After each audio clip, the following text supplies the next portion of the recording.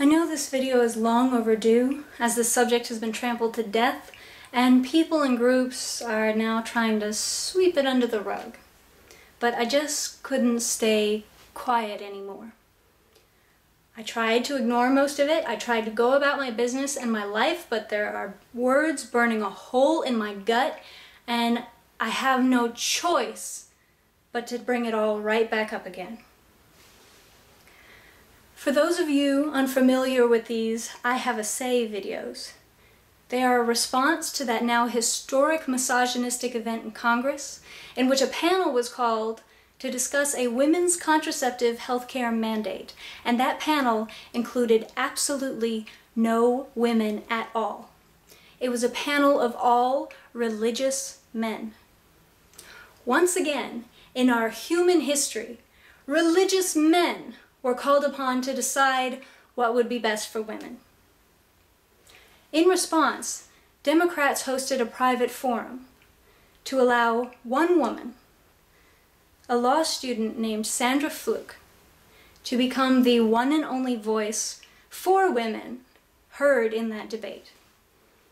But the real backlash began when Rush Limbaugh, a popular voice for conservative politics, latched onto the story and didn't so much argue a point as throw insults, belittle Ms. Fluke by calling her a slut and a prostitute for coming before Congress to argue in favor of contraceptive coverage in healthcare. This has been the debate seething under every talk of women's rights or religious rights ever since. The debate is ongoing and has been called a war, which what isn't called a war these days? But sides differ as to who it's a war against. Some people call it a war on religion, or more specifically Catholicism or any other religion that objects to the use of contraceptives overall. Others call it a war on women, which is a single phrase meant to encompass the extreme objections to multiple pieces of legislation introduced by state governments and by the federal government to attempt to limit women's reproductive choices.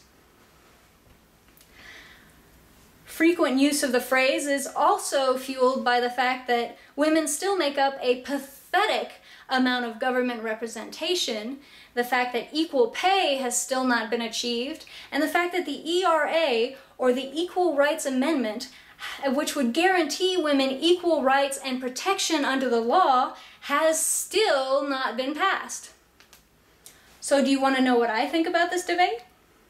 About the panel of religious men versus one woman? About the mudslinging? About the war on religion versus war on women debate? You probably don't, but I'm going to say it anyway. First of all, disagreement is one thing, but calling someone you don't even know a slut is nothing more than engaging in hate speech. It has no value. Defining slut or using slut in your argument is like trying to validate your point on African American or LGBT issues by calling someone a nigger or a fag. Just in using the phrase, you've already proven that you have nothing valuable to add to the conversation whatsoever, and that every viewpoint that you are about to make is based on hatred or prejudice. And that is your own personal problem, and not the problem of the demographic that you are about to spew hate at. If you have to demean someone to make a point, then you don't have a point to make. And you really need to take a step back and examine your own personal issues, specifically your own personal issues with women, or women who you perceive to be promiscuous. And you sure as hell don't need to be weighing in on women's healthcare coverage. Second of all, if any discussion on women's healthcare is going to take place, it needs to include women in every way, and not just a panel of religious men. The vast inequality within healthcare for women doesn't stop at just birth control. Women can end up paying twice as much for health insurance as men. And they have to pay far, far more if they want pregnancy covered. And that's only if that particular company offers pregnancy coverage. And yet, some people somehow think that women don't have the right to the option of birth control coverage in insurance that they pay for. Do any of you actually think that it's all right that women have to pay more for health insurance coverage than men, and then also have to pay for their prescriptions because a program feels it gets to pick and choose what a woman does and does not need for her own health care? Why is it that a woman who requests contraceptive healthcare coverage and things medically necessary for her reproductive health is a slut and a prostitute when men receive coverage from some of the same companies and programs for Viagra and vasectomies? Are they being paid to have sex and thus sluts and prostitutes? So a man can go to his doctor and say, "My dick won't get hard. What do? I want to have sex." Doctor will write him a prescription, the insurance will cover it, and he'll be waved on his way with a good luck. But a woman can go to her doctor and say, "I'd like to have an intimate relationship while not having to worry about getting pregnant so that I can work on my degree." She'll get her prescription, but her insurance won't cover it, and she'll be called a slut. How is this not a double standard? And why is it that women shouldn't speak out about this inequality in healthcare? Why shouldn't women testify that what is available does not meet their needs? This isn't the first time that women have pushed for better healthcare for themselves, and it's not the first time that they've met resistance. Once upon a time, the fight just to be allowed to use contraceptives created the exact same responses. People would single those women out and call them promiscuous.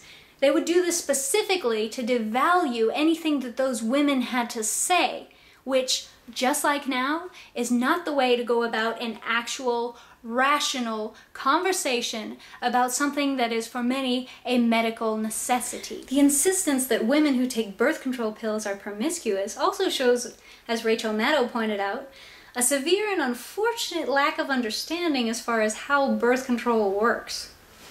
Rush Limbaugh showed his particular ignorance on the subject when he kept repeating, "She must be having so much sex. These co-eds." Notice that he couldn't even address these women as students. He had to turn them into little fantasy figures. In case you hadn't caught on, calling these women co-eds instead of students, instead of law students, was meant to demean them. These co-eds are having so much sex that they can't even afford their own birth control pills.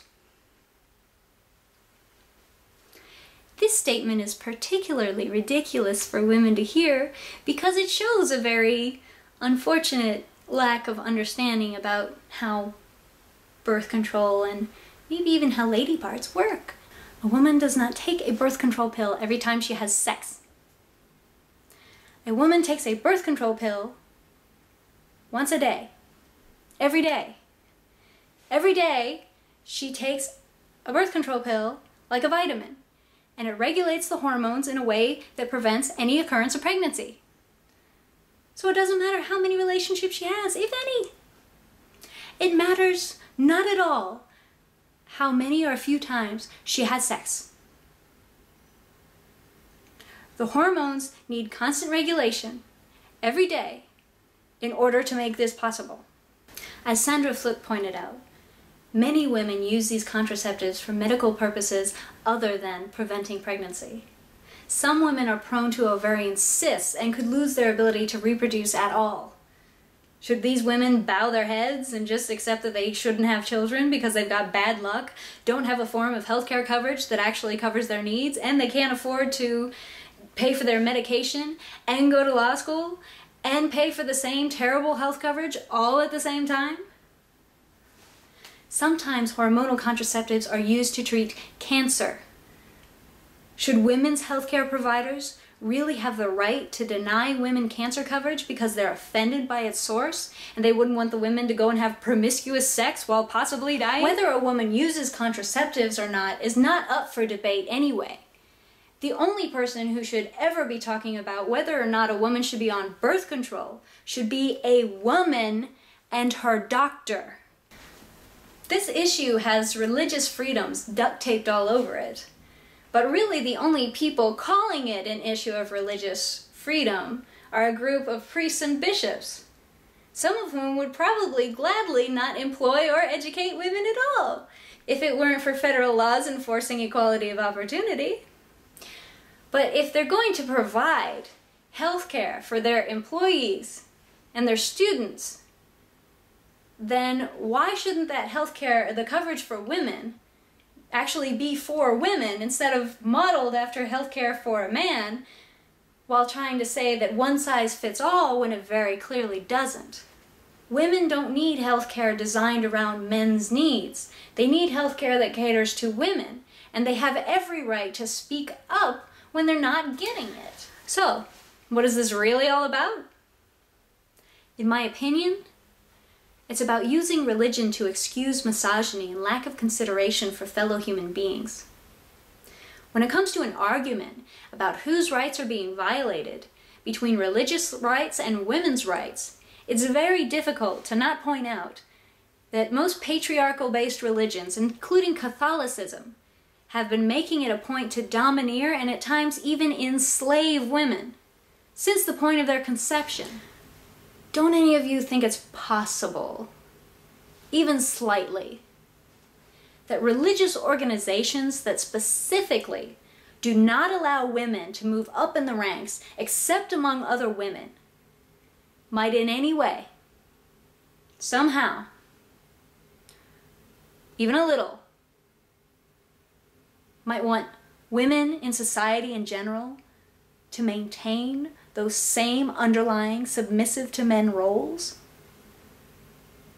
Did it ever occur to you all that women having complete freedom over their reproductive abilities is what offers women freedom in society? There's a great quote from Lynn Hunt, who is the author of Inventing Human Rights. Human rights depend both on self-possession and on the recognition that all others are equally self-possessed. Thank you for listening.